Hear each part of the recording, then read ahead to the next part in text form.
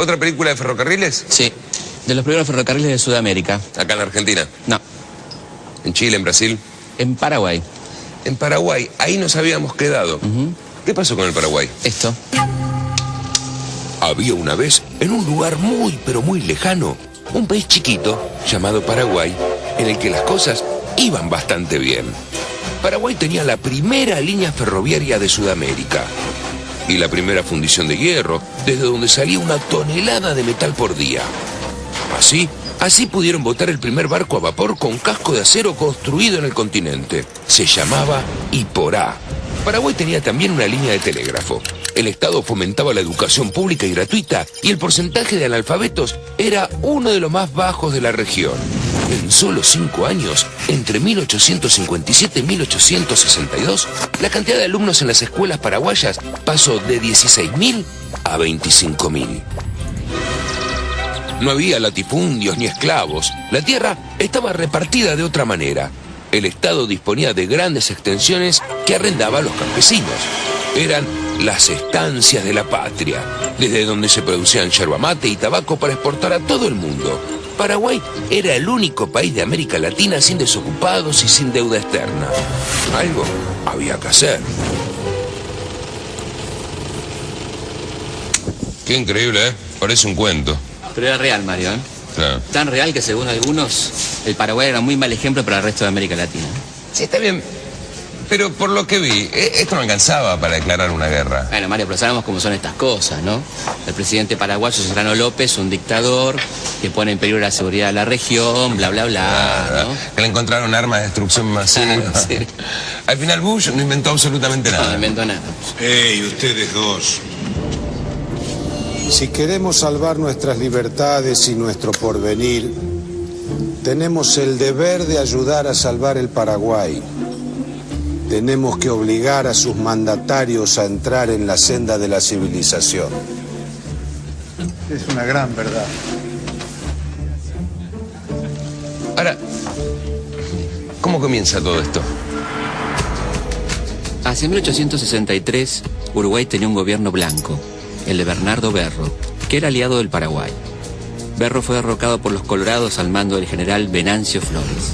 Los gobiernos de Argentina y Brasil financiaron y apoyaron el golpe. El imperio destruyó a bombazos la ciudad de Paysandú.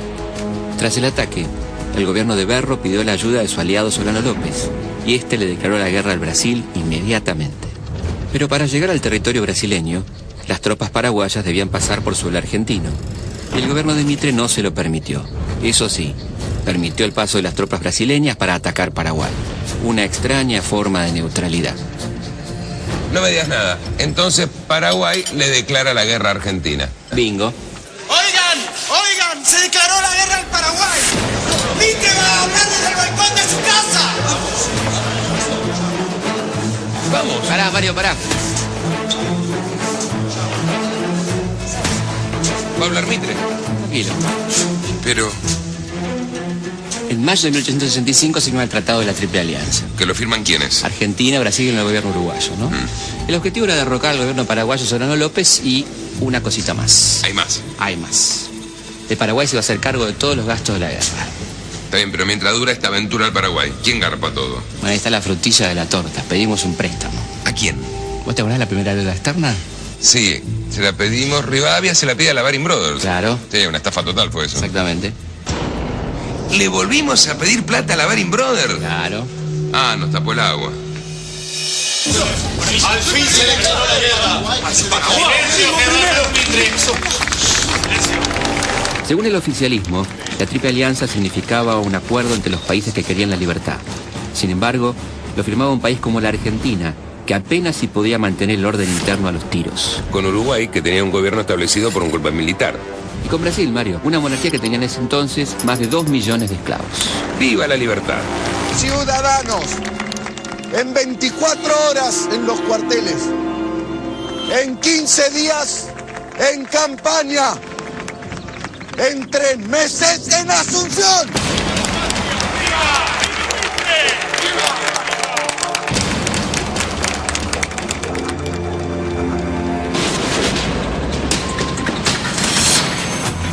Los cálculos de Mitre fueron algo inexactos. La guerra duró casi 5 años, le costó al país más de 500 millones de pesos y 50.000 vidas humanas. Mitre dejó su cargo de presidente a su vicepresidente Marcos Paz y se puso al frente de las tropas argentinas. Bueno, en ese aspecto, nuestros respetos al señor Mitre. Claro, y a todos los miembros del gobierno que vieron perder la vida de sus hijos en el frente de batalla, ¿no? Cosa que ningún político de la actualidad estaría dispuesto a hacer. Y mientras tanto, la gente de la provincia, ¿qué decía? El general Urquiza trató de reunir fuerzas en 2 oportunidades, pero le fue muy difícil.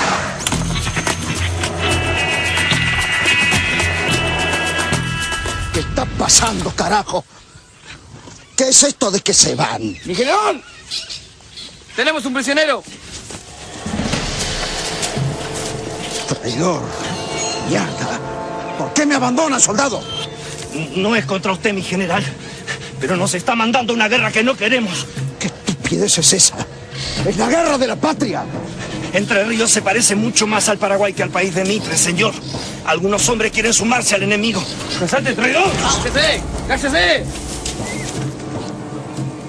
Es la patria la que exige ir a la guerra. Y en ese caso, uno no elige, soldado. Solo va y pelea. Queremos pelear, pero contra Buenos Aires, no contra nuestros hermanos paraguayos. Sí. Que se lo lleven. ¡Y Urquiza, muera Mitre! ¿Qué? ¿Qué dicen esos traidores? Gritan: ¡viva Urquiza, muera Mitre! ¿Que los fusilen? No, mi general, no, porque... ¡Traigan a todos los desertores! ¡Y los fusilen de inmediato, carajo! O sea que 2 veces intentó y no pudo. Urquiza queda fuera de la guerra del Paraguay. No te creas, ¿eh? ¿Por? Urquiza va a incrementar su inmensa fortuna transformándose en el principal proveedor de las fuerzas aliadas. Y mientras tanto, los correntinos, ¿cómo responden a toda esta guerra? Bueno, hay partidas enteras de correntinos que se pasan al bando de López. Y mientras tanto, los trabajadores astilleros de Corrientes se niegan a fabricar barcos para los aliados, se declaran en huelga. La verdad estaba bastante complicado reclutar tropas.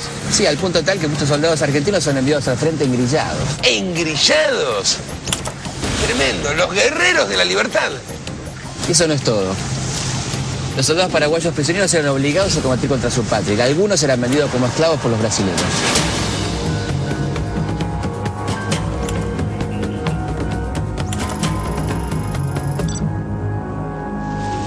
¿Y cómo fue la guerra? Las fuerzas paraguayas fueron rápidamente expulsadas después de la batalla de Yatay y el sitio de Uruguayana. Ah, bueno, entonces ahí ya estaba. No, la guerra recién estaba empezando. Los aliados no se detuvieron, querían invadir, destruir, siguieron avanzando. Una cláusula del Tratado de la Triple Alianza los obligaba a seguir peleando hasta derrocar al presidente Solano López. El 16 de abril de 1866, 50.000 soldados aliados logran cruzar desde Corrientes hasta territorio paraguayo. Para hacerlo, deben enfrentar infinidad de obstáculos naturales a lo largo de interminables 12 días. Del otro lado, los esperaba la muerte y el deshonor. Mientras tanto, medios europeos difunden los términos hasta entonces secretos del Tratado de la Triple Alianza. La acción militar es repudiada por toda América y el mundo no duda en denominarla Guerra de Conquista. El 2 de mayo de 1866, las tropas de Flores son derrotadas por los paraguayos en Estero Bellaco. Pero 20 días después, triunfan los aliados en Tuyutí. Fue la batalla más grande de América del Sur. 33.000 aliados se enfrentaron a 25.000 paraguayos. Los derrotados tuvieron 6.000 muertos y 7.000 heridos. Solano López se hizo fuerte en Curupaití y ahí esperó a los aliados. Quédese tranquilo, en Curupaití no hay más que 50 cañoncitos. La artillería brasileña va a empezar de un momento a otro con su trabajo. Lo nuestro va a ser caminar hasta la fortaleza y tomar posesión. Fueron días de mucha lluvia, señor.